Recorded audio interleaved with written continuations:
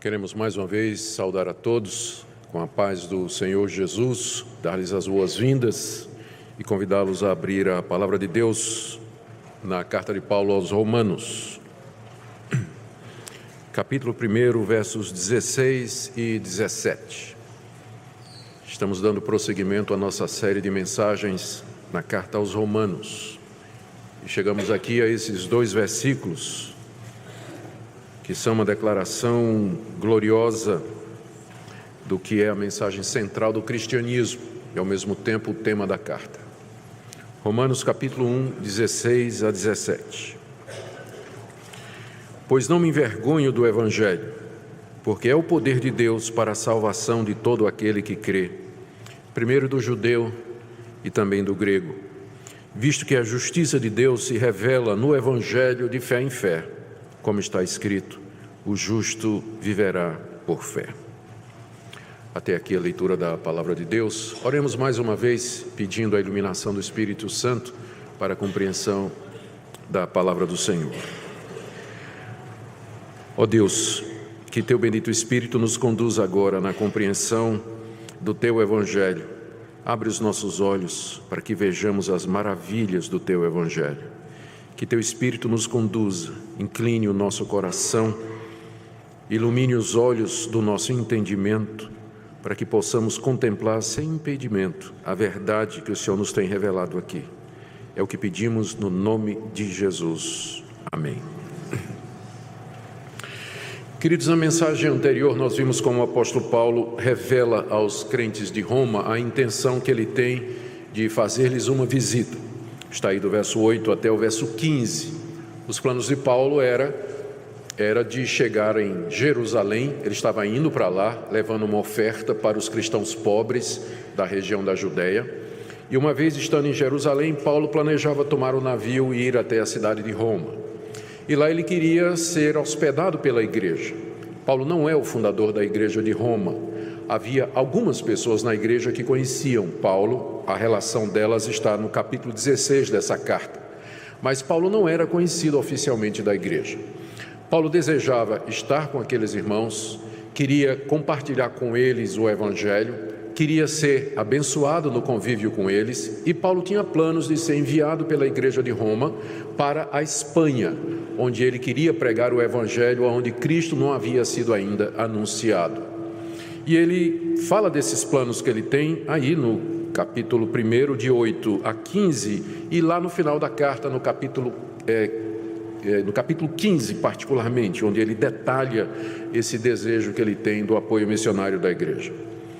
E nós vimos como Paulo amava aquela igreja. Paulo orava por eles, mesmo que não os conhecia. Paulo desejava ter comunhão com eles, e ele diz que se sentia devedor aos romanos, está aí no verso 14, não somente aos romanos, não é? Ele se sentia devedor tanto a gregos como a bárbaros, tanto a sábios como a ignorantes. Por isso ele diz, no verso 15, que ele estava pronto a ir a Roma anunciar o Evangelho. E em seguida ele faz essa declaração que nós lemos aqui, que está no verso 16 e 17, e que é o resumo da carta aos Romanos e também o resumo da mensagem do Evangelho. São dois versos gloriosos, cheios de majestade, cheios de conteúdo. Foi lendo essa passagem que Martinho Lutero entendeu qual o caminho da salvação, isso no século XVI, e deu origem à Reforma Protestante. Lutero entendeu que a justificação de Deus, a maneira como Deus salva o pecador é mediante a fé na pessoa de Jesus Cristo. Esses versículos têm influenciado a igreja cristã através da história. Eles servem de base para a doutrina principal da Reforma Protestante, que é sola fide, sola gratia e solus Christus, ou seja, somente a fé, somente a graça e somente Jesus Cristo. E são esses dois versículos que eu queria trazer para os irmãos nessa noite, na expectativa de que Deus nos abençoe na sua compreensão e que o peso das verdades que estão contidas aqui nos alcance plenamente. Vamos começar com a declaração que Paulo faz aí no verso 16, de que ele não se envergonha do Evangelho. Ou seja, Paulo não tinha vergonha do Evangelho. Isso significava que ele não tinha vergonha de um dia ter crido em Jesus Cristo. Paulo era judeu. Paulo tinha sido um perseguidor do cristianismo. Ele tinha entendido que Jesus era um falso profeta e que os seus seguidores eram uma ameaça à verdadeira religião e que eles precisavam ser eliminados. Paulo manteve uma cruzada pessoal para eliminar os cristãos. Ele chegou a obter autorização das autoridades em Jerusalém para caçar cristãos nas cidades circunvizinhas. Onde ele chegava, que estourava uma casa de culto dos cristãos, ele levava esses cristãos presos para Jerusalém, onde eles eram interrogados, às vezes torturados, presos, e em caso como o de Estevão, que está narrado no livro de Atos, capítulo 7, apedrejados até a morte. Um dia Paulo conheceu Jesus, a quem ele perseguia, no caminho de Damasco, e o perseguidor se tornou em adorador, se tornou em discípulo. Aquilo que ele antes perseguia, que odiava e do qual tinha vergonha, agora é a própria fé que ele abraça. E não somente isso, ele dedica a sua vida a pregar o mesmo evangelho que antes ele tinha perseguido. Então, essa declaração dele, eu não me envergonho do evangelho, ganha um sentido extraordinário quando a gente lembra quem é que está dizendo isso. Era um homem para quem antes o evangelho era motivo de vergonha para a nação de Israel. Um carpinteiro pendurado numa cruz, o Filho de Deus. Aquilo era escândalo. Mas agora Paulo se torna um cristão. E não somente isso, ele se torna um apóstolo de Jesus Cristo, um pregador do Evangelho de Jesus. Ele não se envergonhava do Evangelho. Na verdade, ele se sentia grato por ter crido no Evangelho. Ele se sentia privilegiado porque Cristo lhe apareceu, lhe mostrou a verdade. Ele se sente abençoado por Deus por ter tido aquela revelação no caminho de Damasco e também porque Deus o constituiu um pregador do Evangelho. Essa era a razão pela qual ele diz que está pronto para anunciar o Evangelho também em Roma, porque ele não tem vergonha de dizer que é cristão e muito menos de pregar, onde for possível, o Evangelho de que Deus em Cristo salva o pecador. E quando nós pensamos que ele está dizendo isso com relação a Roma, essa declaração dele ganha um sentido ainda maior. Roma era a capital do império. Os romanos valorizavam a força, o poder, o domínio. Eles eram a nação dominadora da sociedade conhecida, do mundo conhecido da época. Os romanos haviam imposto o seu domínio através das suas legiões, através dos seus exércitos. O poderio militar de Roma fez com que ela dominasse as outras nações, subjugasse as outras nações e impusesse o seu domínio. Todas as nações eram tributárias e subservientes a Roma naquela época.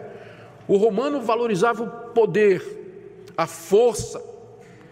Agora imagina Paulo chegar nessa cidade, capital do império, do poder, do domínio e da força, para dizer que Deus veio salvar o mundo através de um carpinteiro que nasceu lá numa cidadezinha obscura, ninguém sabia direito quem era, e cresceu lá no meio do povo e não tinha educação. Quem seguia ele era um bando de pescador, tinha um publicano, cobrador de imposto, foi traído por um dos seus seguidores, negado por outro, foi condenado pelo seu próprio povo, foi entregue à morte por um procurador romano, Pôncio Pilatos, que decretou sua morte de cruz, e ele morre daquela forma que para o Império Romano era a forma mais vergonhosa de morrer. A cruz era um instrumento de crucificação e tortura dos piores criminosos em Roma, e era a pena que os romanos impunham aos inimigos políticos e aos piores criminosos. Agora, Paulo vai na capital do império dizer que aquele homem que morre pendurado numa cruz, naquela forma de execução, rejeitado pelo seu povo e executado por Pôncio Pilatos, aquele, na verdade, era Deus. Era Deus salvando o pecador. Eu imagino Paulo tendo que pregar isso nas cidades orgulhosas de Roma, aos ouvidos arrogantes dos romanos. Por isso que ele disse: eu não tenho vergonha, eu vou, se preciso, até Roma, anunciar esse evangelho. Eu não me envergonho do evangelho, não tenho vergonha nenhuma de proclamar que Jesus Cristo é o Filho de Deus. Por isso que ele está disposto a fazer isso. Agora, o motivo pelo qual Paulo diz que não sentia vergonha de ser cristão e pregador do evangelho, ele coloca aí no resto do verso 26. Eu não me envergonho do evangelho, aí ele dá a explicação. Porque é o poder de Deus para a salvação de todo aquele que crê, primeiro do judeu e também do grego. Longe de ser uma fraqueza, como talvez os romanos pensariam, o evangelho, na verdade, era a manifestação do poder de Deus. É no evangelho que o poder de Deus se manifesta de maneira mais extraordinária e clara. Há vários pontos aqui que precisam ser explicados para que a gente entenda plenamente o que é que Paulo está dizendo. Ao dizer que o evangelho é o poder de Deus para a salvação de todo aquele que crê, Paulo está implicitando, ele está supondo, ele está assumindo o fato de que a humanidade está perdida. Senão, ele não podia falar do evangelho como sendo o poder de Deus para a salvação. Se a humanidade está salva, se todo mundo vai para o céu, se depois da morte todo mundo vai para um lugar feliz, para que salvação? Salvar de quê? Então, ao dizer que o evangelho é o poder de Deus para a salvação, Paulo está pressupondo que a humanidade está perdida. A humanidade está perdida. E quando ele fala humanidade, quando nós falamos humanidade, eu estou falando de maneira inclusiva, todos, sem exceção. Os gregos e bárbaros estão perdidos. Paulo vai explicar isso no capítulo 1, restinho do capítulo 1, nós vamos começar a ver isso no próximo domingo, se Deus quiser. Ele vai dizer que mesmo os gregos e bárbaros que nunca ouviram o evangelho estão perdidos, estão condenados porque eles rejeitaram a revelação que Deus fez de si mesmo na natureza. E embora eles tenham suas próprias religiões e seus deuses, eles estão cegos, eles não conhecem a verdade, estão endurecidos e pensam que são sábios, mas estão debaixo da ira de Deus, estão caminhando para a condenação eterna. Eles precisam de salvação. Por isso que Paulo quer ir para a Espanha pregar o evangelho, por isso que ele quer ir para Roma, para que a igreja o apoie em seus esforços missionários, para chegar até os espanhóis com a pregação do evangelho. Se Paulo não acreditasse que os espanhóis estavam perdidos, ele não teria plano nenhum de ir à Espanha, nem a Roma. Mas quando ele fala o evangelho é o poder de Deus para a salvação de todo aquele que crê, ele está com isso dizendo que a humanidade está perdida e que a humanidade precisa de salvação. E não somente os gregos, os bárbaros, os idólatras que viviam nas trevas da ignorância, mas os próprios judeus. Ele vai explicar isso a partir do capítulo 2 e metade do capítulo 3. Ele vai dizer que até os judeus que receberam a revelação de Deus no Antigo Testamento, receberam a aliança, as promessas, o pacto, de quem veio o Messias, de quem são as Escrituras, de quem é o culto, até os judeus estão perdidos, porque eles receberam a lei de Deus, eles não entenderam como o Evangelho se revela neles, eles pensavam que a lei era um caminho de salvação e criaram uma religião legalista, uma religião de mérito, tentando se salvar pelo cumprimento das obras da lei. Tanto os gregos, romanos, espanhóis, os bárbaros, quanto os próprios judeus estão perdidos. No capítulo 3, Paulo faz aquela declaração que é tão conhecida, porque todos pecaram, todos, judeus e não judeus, todos pecaram e carecem da glória de Deus. E essa condenação, ela se estende a toda a raça humana, independente de nacionalidade, de gênero, de cor e de idade. Nossos filhos estão perdidos, nossos nenenzinhos. As nossas crianças estão perdidas, os nossos adolescentes estão perdidos, os nossos jovens estão perdidos, os nossos adultos, os nossos velhos também. Toda a raça humana, não tem exceção, estamos manchados pelo pecado e condenados por conta do pecado, porque Deus é justo, Ele é santo e Ele conhece cada pessoa. Então, essa declaração, para ser entendida, de que o Evangelho é o poder de Deus para a salvação de todo aquele que crê, ela pressupõe primeiro essa verdade, É o estado em que a humanidade se encontra. E é aqui que você vai perceber a diferença entre o cristianismo e as outras religiões. As outras religiões insistem em dizer que o homem é intrinsecamente bom, que existe uma bondade no coração do homem e que a salvação está dentro do homem. O homem apenas precisa olhar para dentro de si mesmo. É tão popular isso, né? Ouça o seu coração. Está em todos os filmes de Hollywood, né? Ouça o seu coração, gafanhoto. Lembra aqueles filmes antigos, né? Ouvir o coração, porque a ideia é que o homem é bom. Há uma bondade intrínseca no homem. Se ele é mau, é porque ele nasceu num ambiente depravado. Você vê isso no próprio Brasil, né? Quando teve aquele caso de estupro que aconteceu agora no Rio de Janeiro, de quem é a culpa? A culpa é da sociedade que provoca, que cria essa mentalidade de estupro, né? Sociedade de estupro. A culpa é da sociedade, a culpa é da erotização, mas não do estuprador. O estuprador é uma vítima, ele cresceu nesse ambiente de favela, ouvindo essas coisas e tudo mais. É uma sociedade que não admite pecado, que coloca a culpa na cultura, nos pais, na educação, e o indivíduo foge da sua responsabilidade. Essa é a religião do homem moderno. Essa é a religião que agrada o coração. Quem é que não gosta de uma religião que vai dizer para você que você é bonzinho? E que você não é responsável pelos seus atos? E que se você fizer alguns rituais religiosos, pagar algumas promessas, enfim, Deus vai ficar de bem com você, de boa com você. Está tudo resolvido. Não o cristianismo. O cristianismo começa com a má notícia. Você é pecador. Você quebrou a lei de Deus desde que você era criança. E você está debaixo da ira de Deus. Um Deus que é poderoso para fazer você sofrer eternamente no inferno. É isso que o cristianismo começa dizendo. É isso que ele ensina. Por isso que ele é diferente de todas as outras religiões. É único nesse sentido. Então, essa é a primeira coisa que nós temos que observar aqui. A segunda, que está na declaração de Paulo, quando ele diz: o Evangelho é o poder de Deus para a salvação de todo aquele que crê, é que Deus salva pecadores, e Ele salva pecadores mediante o Evangelho. O Evangelho é a boa notícia de que Deus, no seu grande amor por essa humanidade perdida, enviou o seu Filho Jesus Cristo, nascido de mulher, nascido como um de nós, participante da nossa natureza humana, e que na cruz do Calvário, como nosso representante, Ele suportou a ira de Deus e o castigo que nós merecemos. Ele experimentou a ira desse Deus santo naquela cruz. Então, longe de ser um momento de fraqueza, como talvez os romanos pensariam, ali você tem a revelação do poder de Deus.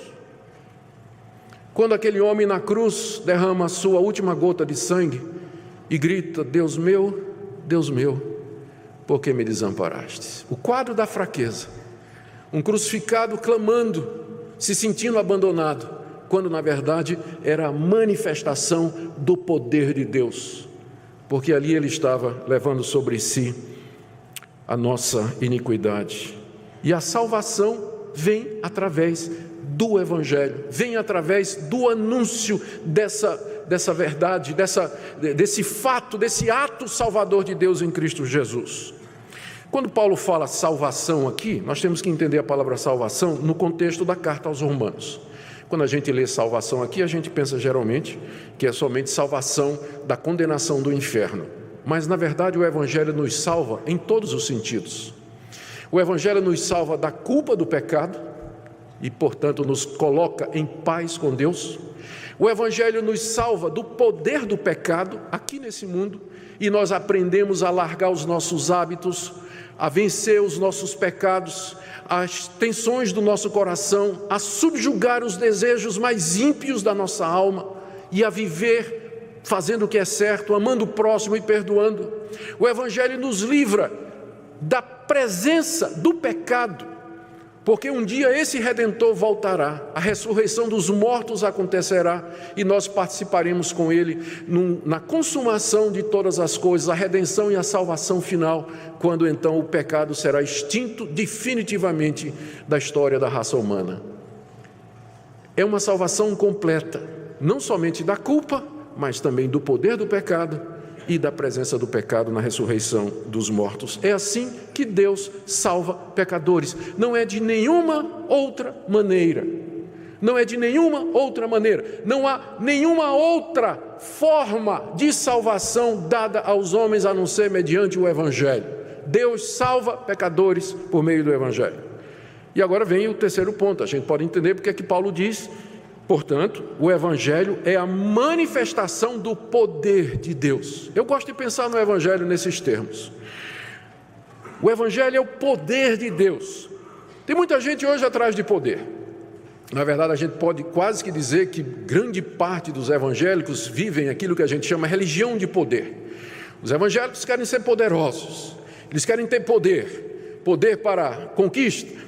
Poder para receber os seus sonhos.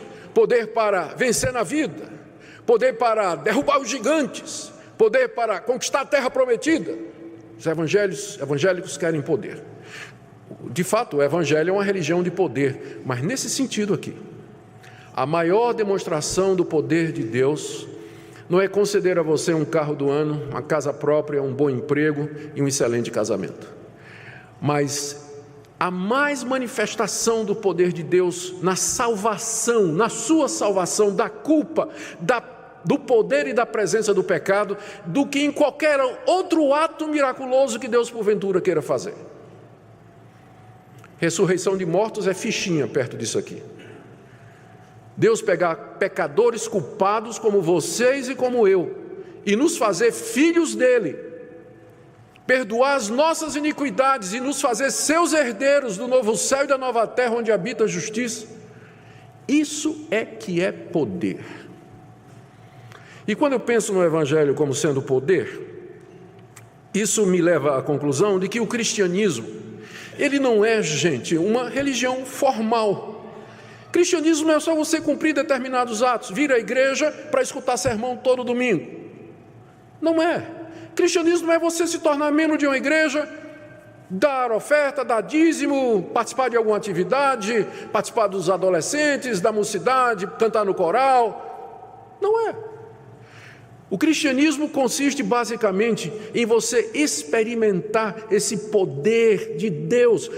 Não é uma religião formal de realização humana, mas é vitalmente uma experiência libertadora que vem através do Evangelho, em que você experimenta o poder de Deus. Cristianismo é uma religião, eu vou usar o termo experimental, no sentido de que envolve experiência, você sentir, você provar, muda a sua vida. Tem muita gente que pensa que é cristão porque nasceu na igreja. Eu pensei isso durante muitos anos. Eu cresci num lar evangélico, numa igreja presbiteriana. Cantei no coral jovem, não me convidem porque minha voz não dá mais e nem a idade, né, para cantar no coral jovem.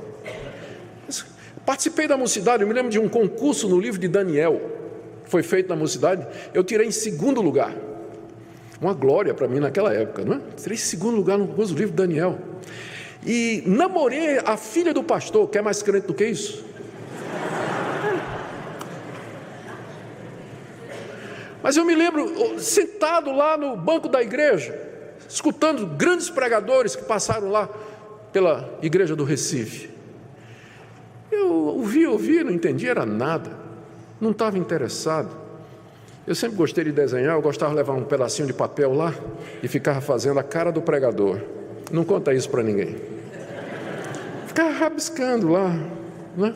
Hoje em dia o pessoal não faz isso, fica no WhatsApp. Os jovens, os adolescentes. E aí vai crescendo pensando que é crente, né? Que está ali no meio. Até que aos 22 anos eu conheci o Evangelho. O poder do Evangelho. Que transformou minha vida, mudou minha vida. Eu não estou dizendo que você precisa ter uma experiência dramática como aquela de Paulo no caminho de Damasco.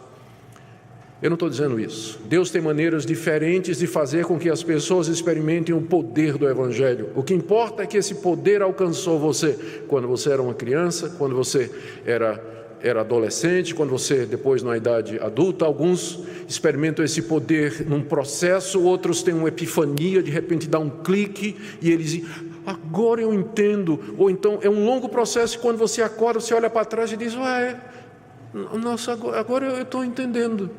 Tem pessoas que nem sabem quando esse poder agiu pela primeira vez na sua vida. Um dos homens mais crentes que eu conheço é o reverendo Francisco Leonardo, que é o meu sogro. E se você perguntar para ele quando foi que ele teve uma experiência assim, não é? Se ele teve alguma experiência dessa, ele vai dizer que não. Até onde ele se lembra, desde que ele era menininho, ele era crente. Mas dá para ver o poder de Deus na vida dele. Então não se iluda. Cristianismo não é só fazer parte do hall de membros de uma igreja. O Evangelho é o poder de Deus para salvar você da culpa, do poder e da presença do pecado. Ele é um poder de Deus e não há salvação fora desse poder. Quarta coisa que Paulo nos diz aqui é que esse poder nos chega mediante a fé. Final do verso 16, é o poder de Deus para a salvação de todo aquele que crê. Não é poder de Deus para salvar a humanidade, mas para salvar aquele que crê. Ou seja, não é por mérito, não é por raça, gênero, idade, condição social, educação, moralidade, boas obras, caridade ou bondade. Mas como Paulo diz, é de fé em fé, como ele vai dizer no verso 17, ou seja, é da fé do começo ao fim. É mediante a fé que a salvação nos alcança. É por isso que pode ser estendida a todo aquele que crê, a judeus e gregos, grandes e pequenos, crianças e velhos, porque eles podem crer pela graça de Deus. Paulo diz primeiro ao judeu, está vendo aí no final do verso 16? Porque ao judeu primeiro foi anunciado esse evangelho na antiga aliança, sob a forma de símbolos, de tipos, de figuras. Mas eles foram os primeiros que ouviram o evangelho. E depois ao mundo todo, a todos aqueles que creem. Crer aqui não é somente acreditar que Paulo e os demais apóstolos nos disseram a verdade a respeito de Cristo. Fé aqui não é simplesmente um assentimento intelectual, você concordar intelectualmente, dizendo, não, isso aqui é verdade, Jesus é o Filho de Deus, é o Salvador, eu acredito nisso. Não, o diabo também acredita nisso. O diabo sabe que isso é verdade também. Mas você precisa ter mais fé do que o diabo para ser salvo. Você precisa receber isso, apropriar-se disso, render-se a Jesus, colocar sua confiança completamente nele e na obra completa que ele fez na cruz do Calvário. Dizer a Deus isso que Paulo está ensinando aqui: eu sou um pecador perdido, Deus. Se o Senhor me mandar para o inferno, é justo, eu mereço por causa dos meus pecados. Não tenho expectativa nenhuma em mim mesmo, não há mérito algum em mim. Se o Senhor não tiver misericórdia de mim, através do sacrifício de Jesus, eu estou condenado pelos meus pecados. Aceita-me como pecador. É isso que é fé. É você abraçar esse evangelho de todo o coração, com sua mente, você tem que entendê-lo, tem que concordar com ele, é verdade, e abraçá-lo com o seu coração. Envolver-se nele, render-se a Jesus e dizer, eu estou disposto, ó Deus, pela tua graça, a viver para ti, e não quero viver um minuto mais sem essa comunhão preciosa contigo. É dessa forma que esse poder de Deus nos é dado mediante a fé em Cristo Jesus. E Paulo termina no verso 17, explicando em que sentido o Evangelho é o poder de Deus para a salvação. Ele explica um pouquinho mais, esse vai ser o tema da carta. Mas ele diz aqui, ele disse no verso 16, não me envergonhe do Evangelho, porque é o poder de Deus para a salvação de todo aquele que crê, primeiro do judeu e também do grego. É o poder de Deus, visto que a justiça de Deus se revela no Evangelho de fé em fé. Em que sentido o Evangelho é o poder de Deus? É porque no Evangelho Deus revela a sua justiça, e em nenhum outro lugar. A justiça de Deus aqui não é somente aquela qualidade de Deus, de que Deus é justo. Uma pessoa justa é aquela que trata todos de acordo com o mérito. Um juiz justo é aquele que condena o culpado e absolve o inocente. Então, uma pessoa justa é aquela que trata as outras de acordo com o merecimento delas. E Deus é justo, Ele não faz acepção de pessoas. Se Ele encontra o culpado, Ele vai condenar o culpado. Se Ele vê o inocente, Ele vai absolver o inocente. Então, Deus é justo. A pergunta é, não havendo um único justo na raça humana, esse ponto já foi colocado, quem pode se salvar? Ou então, colocando de outra maneira, como é que Deus pode salvar pecadores, sendo Ele justo? Seria a mesma coisa de um juiz diante de um condenado, uma pessoa acusada, culpada, sobre quem não resta a menor dúvida. Réu, confesso, o juiz disse, está absolvido, está livre, não tem que pegar nada, pega suas coisas e vai embora. Nós ficamos revoltados com isso, né? Há um senso de justiça na raça humana, não é verdade, a respeito disso? Basta que a gente veja agora a indignação nacional, né? Quando determinados escândalos estão vindo à tona, determinadas decisões, nós ficamos indignados, não é? Como é que a justiça deixa passar determinadas coisas? E aí agora vem a mesma questão com relação a Deus. Como é que Deus pode simplesmente salvar pecadores? Pecadores merecem a condenação, e se Deus é justo, Ele tem que condenar. Deus não tem que salvar ninguém, Ele tem que condenar a raça humana toda. Como é que Ele pode salvar? Aí a resposta está exatamente no Evangelho. No Evangelho é revelado como é que Deus pode ser justo e ao mesmo tempo justificar o pecador. E a resposta que nos chega no Evangelho é essa: Deus nos mandou seu Filho, que assumiu a nossa natureza como nosso representante, e o castigo que nos era devido, Deus fez cair sobre ele. Então, na cruz, Deus mostra a sua justiça, porque Ele está na cruz castigando o pecado. Como Deus justo que é, Ele tinha que castigar o pecado, e castiga em Jesus. Jesus leva o nosso pecado, Ele leva a nossa culpa, Ele sofre a nossa dor que nós merecíamos. E agora Deus toma a justiça de Cristo, porque Ele era perfeito e sem pecado, e transfere para o pecador. É o que nós chamamos de imputação. Deus imputa a justiça de Cristo ao pecador, uma troca. Na cruz do Calvário, Cristo leva a minha culpa, e eu recebo a sua justiça. É assim que o Deus justo justifica pecadores. Ele continua sendo justo, o pecado foi castigado, e agora Ele transfere os méritos de Cristo para o pecador, de forma que ele agora pode receber o pecador. Ele olha para o pecador em Cristo e não tem mais condenação. Mais adiante Paulo vai dizer aqui no capítulo 8, por isso não há mais nenhuma condenação para quem está em Cristo Jesus. Não há mais nenhuma condenação, porque Cristo a levou toda, e Deus nos atribui a justiça de Cristo. É no Evangelho que isso se revela, e em nenhum outro lugar mais. O Evangelho, portanto, é o poder de Deus para salvar todo aquele que crê, porque no Evangelho Deus revela de que maneira Ele justifica o pecador, de fé em fé, do começo ao fim, a própria fé sendo um dom de Deus.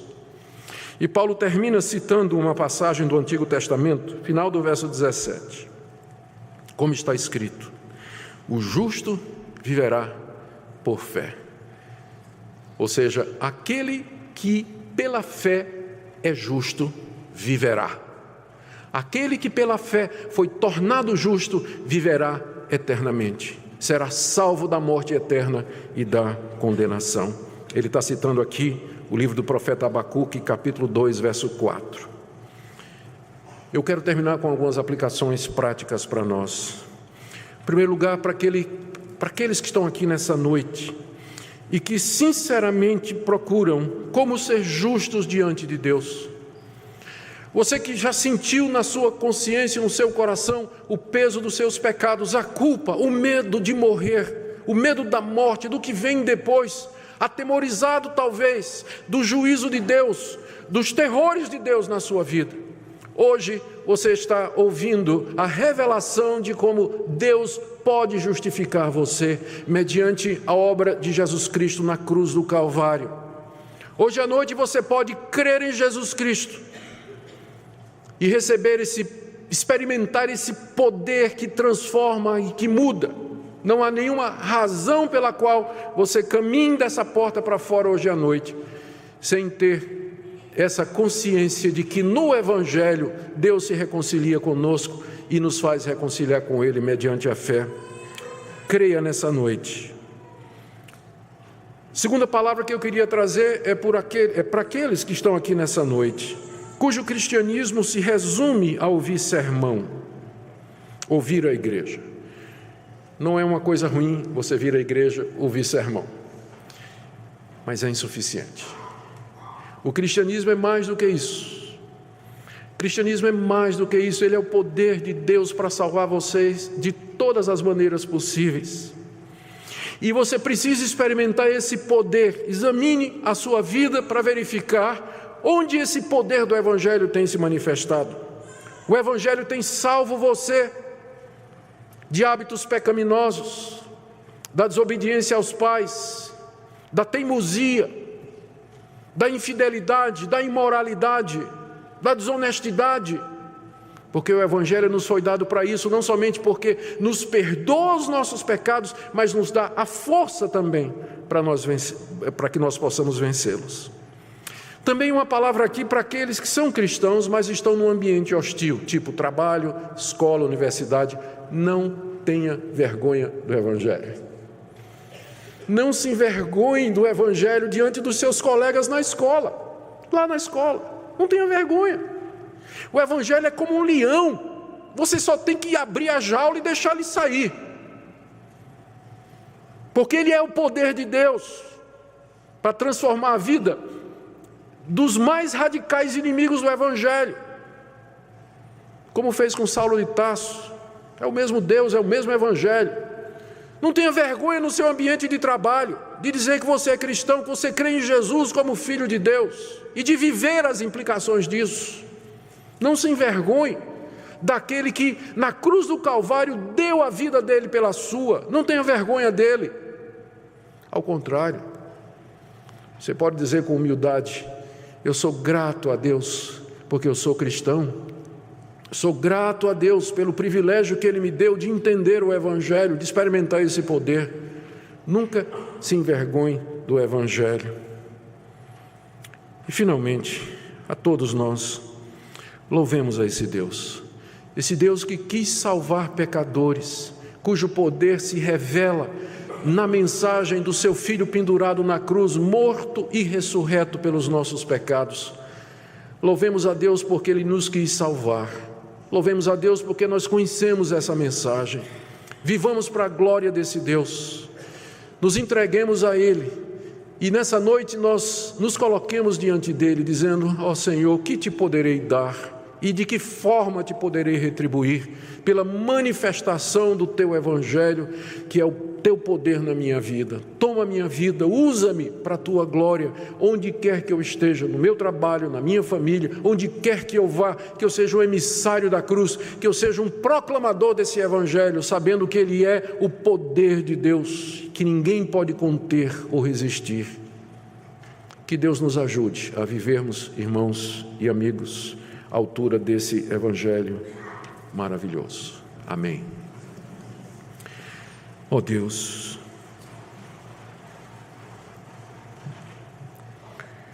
o Teu poder se revela no Evangelho, a Tua justiça se revela na cruz, e a Tua misericórdia chega até nós através dessa mensagem.